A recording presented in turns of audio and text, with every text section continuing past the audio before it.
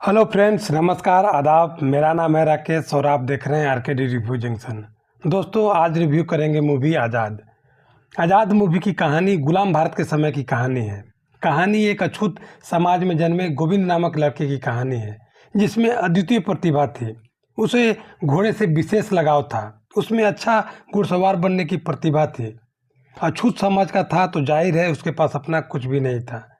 अछूतों की बस्ती में उसकी भी एक झोपड़ी थी। वह राजपूतों के घोड़ों की सेवा किया करता था। हो सकता है इसी वजह से उसे घोड़ों से विशेष लगाव हो गया हो। कहा जाता है कि यदि आप किसी सपने को शिद्दत से चाहते हैं तो पूरी कायनात आपको उससे मिलाने में लग जाती है। गोविंद के साथ भी यही होता है। वह एक घोड़े का पीछा करते करते एक डाकू से टकरा जाता है और मात्र घुड़सवार बनने की लालच में डाकू बन जाता है। अब इसे दुर्भाग्य कहें या सौभाग्य, कुछ ही दिनों बाद डाकू का पूरा सरगना अंग्रेजों से मुठभेड़ में मारा जाता है। गोविंद लौटकर घर आता है, लेकिन अब उसके पास अपना एक घोड़ा होता है।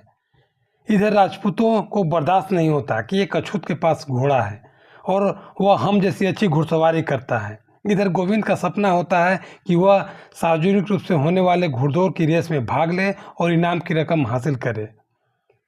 उस गांव का राय बहादुर पूरा दबाव बनाता है कि गोविंद घोड़े को उसके हवाले कर दे और रेस में शामिल होने की बात भूल जाए, क्योंकि यह अंग्रेजों और राय बहादुरों का खेल है, अछूतों का नहीं। गोविंद की प्रतिभा पर पूरा गांव वाले भरोसा करते थे।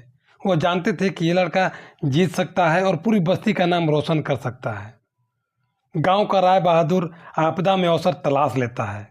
वह गांव वालों से शर्त रखता है कि अगर इस घोड़े दौड़ में गोविंद अगर हार गया तो आप सभी को खुशी खुशी मजदूरी करने अफ्रीका जाना होगा। गांव वालों ने भी शर्त रख दी कि यदि गोविंद जीत गया तो हमें अपनी मातृभूमि छोड़ने को बाध्य न किया जाएगा। हम यहीं रहेंगे, जिएंगे और मरेंगे। अब बात राय बहादुर की शान और पूरी बस्ती की उम्मीद की किरण की हो जाती है।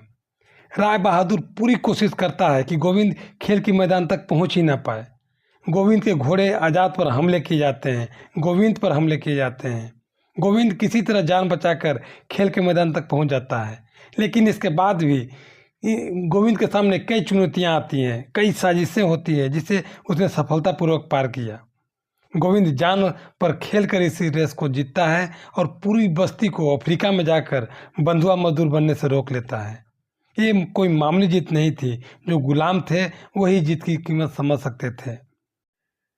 चूंकि यह रेस अछूत बनाम राय बहादुर उर्फ राजपूत की हो गई, इसलिए ये फिल्म इतनी पॉपुलर नहीं हुई और अधिकांश तबकों द्वारा पसंद नहीं की गई।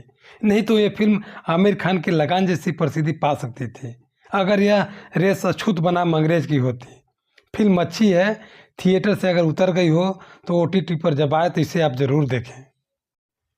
फिल्म से दो नए कलाकारों ने डेब्यू किया है। एक अजय देवगन के भांजे अमान देवगन और दूसरी रवीना टंडन की बेटी राशा थडानी। दोनों का काम अच्छा है। अजय देवगन का एक महत्वपूर्ण रोल है जो काफ़ी अच्छा लगता है। सच कहूँ तो भारतीय दर्शकों की मानसिकता जातिवाद से ग्रसित है। वे ऐसी फिल्मों को अस्वीकार कर देते हैं जिसमें भारत में तथाकथित ऊंची जाति कहलाने वाली जातियों की बुराई की जाती हो, या उनके इतिहास की काली सच्चाई दिखाई जाती हो, या निम्न जाति कहलाने वाली जातियों की बहादुरी का गुणगान किया जाता हो, या निम्न जाति और उच्च जाति के बीच का संघर्ष दिखाया जाता हो। अगर आपको विश्वास न हो तो सलमान खान की वीर और रणबीर कपूर की शमशेरा मूवी उठाकर देख लीजिए। दोनों फिल्में अच्छी हैं, ज़बरदस्त हैं, लेकिन पब्लिक ने इसे अप्रिशिएट नहीं किया। कारण क्या है आप खुद ढूंढिए और पता कीजिए। आज के लिए इतना ही। मिलेंगे नेक्स्ट वीडियो में, तब तक के लिए धन्यवाद।